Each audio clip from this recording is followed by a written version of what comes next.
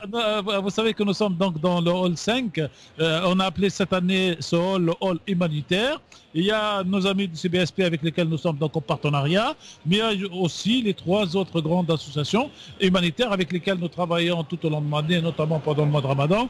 Et là, nous avons donc, comme tu venais de parler de Marseille, de ceux qui devraient monter à Paris pour passer un beau week-end à Paris et découvrir, ben, nous avons notre ami Mohamed qui lui est monté de Marseille, pas pour la fête pendant le week-end, mais pour en sa qualité de chargé de communication et de développement, donc de tenir le stand de Human Appeal. Mohamed, bonjour. Bonjour Tarek. Comment ça se passe cette année, ce Bourget? Eh bien, plutôt bien. Plutôt bien, on s'habitue. Hein. Ça fait 25 ans que je fréquente le salon du Bourget. Oui. C'est une belle rencontre, de musulmans, hein, une rencontre de solidarité, une rencontre d'échange. C'est une occasion, hein, pour faire le point, et pour partager beaucoup de choses entre musulmans et bien au-delà, bien sûr, des musulmans. Cette année, donc, Human Appeal a un stand donc Génération, et un autre stand qui se trouve dans le hall 3. Ou 3 ou 2. Voilà. Alors hall là, cette année, vous avez un peu innové parce que vous vouliez faire vivre, j'allais dire, la vie quotidienne des réfugiés palestiniens. Absolument. Et vous avez donc installé beaucoup de choses. Pour ceux qui n'imaginent pas ce que c'est que la vie d'un réfugié et qui n'a pas à se déplacer, des fois ils donnent de l'argent et disent à quoi ça sert.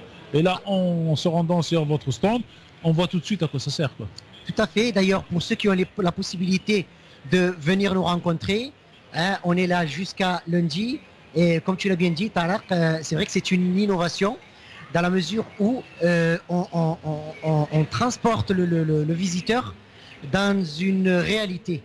Hein, on transporte donc le visiteur en immersion, hein, à travers cette maison de fortune, donc qui est faite de façon naturelle et telle qu'on peut la rencontrer donc à travers ces populations syriennes ou du Bangladesh ou en Palestine. Et pour aller plus loin, on peut rencontrer ce type de maison à Marseille ou même sur Paris.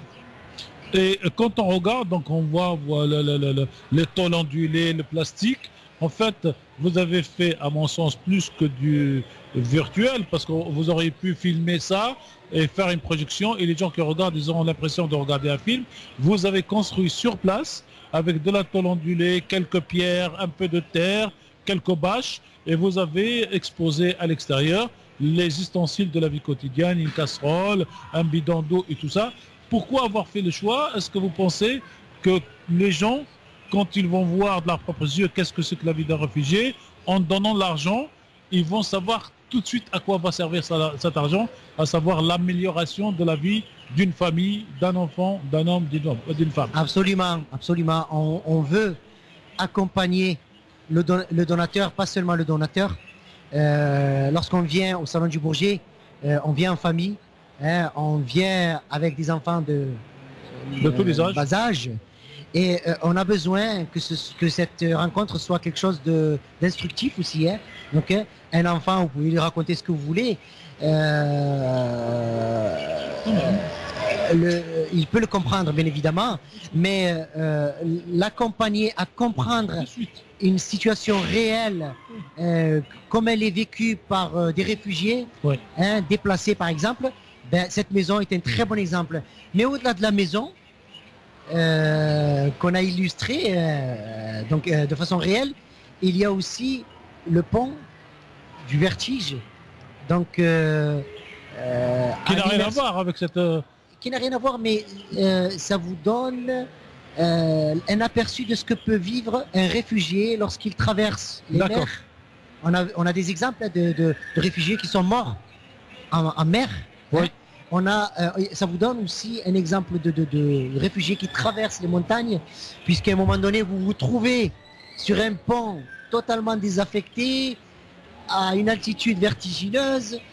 Et ça, c'est une vision virtuelle, mais ça vous donne une réelle impression de ce que vivent ces gens qui quittent les conflits, qui quittent ces situations. La souffrance quotidienne en espérant trouver mieux ailleurs. Et en regardant par contre votre stand, il y a un autre côté qui est plutôt lui plus optimiste, plus jouissif pour les enfants, puisque vous avez créé un jeu où en pédalant, on rend service à des réfugiés parce qu'il faut monter la montagne, il faut descendre la montagne, et il faut faire l'effort de pédaler parce que ça ne va pas tout seul. Et je vois qu'il y a beaucoup d'enfants qui font la queue pour ce jeu-là. C'est un jeu pédagogique qui permet à la fois de penser et de jouer. Absolument, Tarek, je vois que tu as fait le tour. Bien évidemment, le vélo, en fait, ça nous donne un aperçu de la distance que peut parcourir une personne dans les pays démunis. Je prends exemple, je sais pas moi, au Bangladesh, pour aller à l'école et que cette école se trouve à 15 km, le temps qu'il faut pour se rendre à l'école. Déjà, quand on le fait à vélo, c'est long. Alors quand là, les enfants imaginent le faire à pied. Bien sûr, le vélo, par contre, le vélo vous montre combien de temps vous gagnez par rapport au fait de le faire à pied.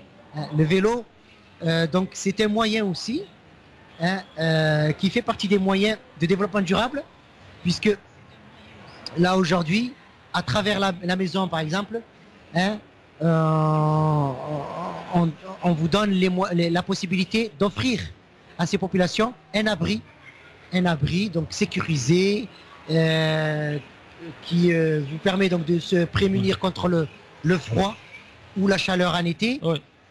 Et qui vous éloigne un petit peu de cette maison de fortune. Merci Mohamed. Juste une dernière question. Est-ce qu'il arrive à votre association caritative ou à d'autres à offrir des vélos aujourd'hui? Est-ce que ça fait partie de ce plan? Parce qu'on pourrait envoyer un jeune garçon et une jeune fille à vélo chercher deux bidons d'eau beaucoup plus vite quand même que de se taper les 5 km aller et les 5 km retour. Absolument. Il faut aller sur notre site www.humanappeal.fr ou alors appeler sur le 01 42 46 36 36. Vous avez plusieurs formes d'aide au développement durable, autrement dit des aides donc pour ces populations à leur faire accéder l'autonomie. Donc que ce soit un vélo pour les aider à se déplacer, que ce soit des plantations d'oliviers à Gaza ou en Cisjordanie pour les aider tout simplement, pour aider les agriculteurs à vivre et à faire vivre leur famille, que ce soit une ferme. En tout cas, on va rappeler le numéro de téléphone et le site pour que les gens puissent consulter le site de votre association et décider de leur propre choix comment ils font pour vous aider. Alors www.humanappeal.fr, je répète, HUMAN, plus loin, A2PEAL.fr. Human Appeal. Le numéro de téléphone est le 01 42 46 36 36. Je rappelle juste que France Maghreb 2 a été votre partenaire l'année dernière à Marseille pour le gala de plusieurs artistes, notamment Absolument. de Médine, et qu'aujourd'hui, donc, on est dans le même espace, j'allais dire, l'espace de l'aide humanitaire et de la communication à tous. Je tiens à remercier France Maghreb 2 pour tout ce qu'elle fait, tout ce qu'elle a fait pour Human Appeal, et j'espère qu'on fera encore plus, tout particulièrement Tarek Mami, qui est toujours proche de nos actions, et j'espère que cette radio devienne la radio numéro 1 de France. Inch'Allah. Inch'Allah, barakallah. Voilà, Medjed, donc on va repartir pour passer la page de pub. Si on est dans le chrono horaire en l'avançant, et tout de suite reprendre donc avec le CBSP qui va suivre. Et après, on aura 3 surprises en exposant dans de nouvelles matières, notamment la fameuse finance islamique et 2 autres créations faites par les jeunes, notamment un convoiturage dit musulman. À tout à l'heure. À tout de suite.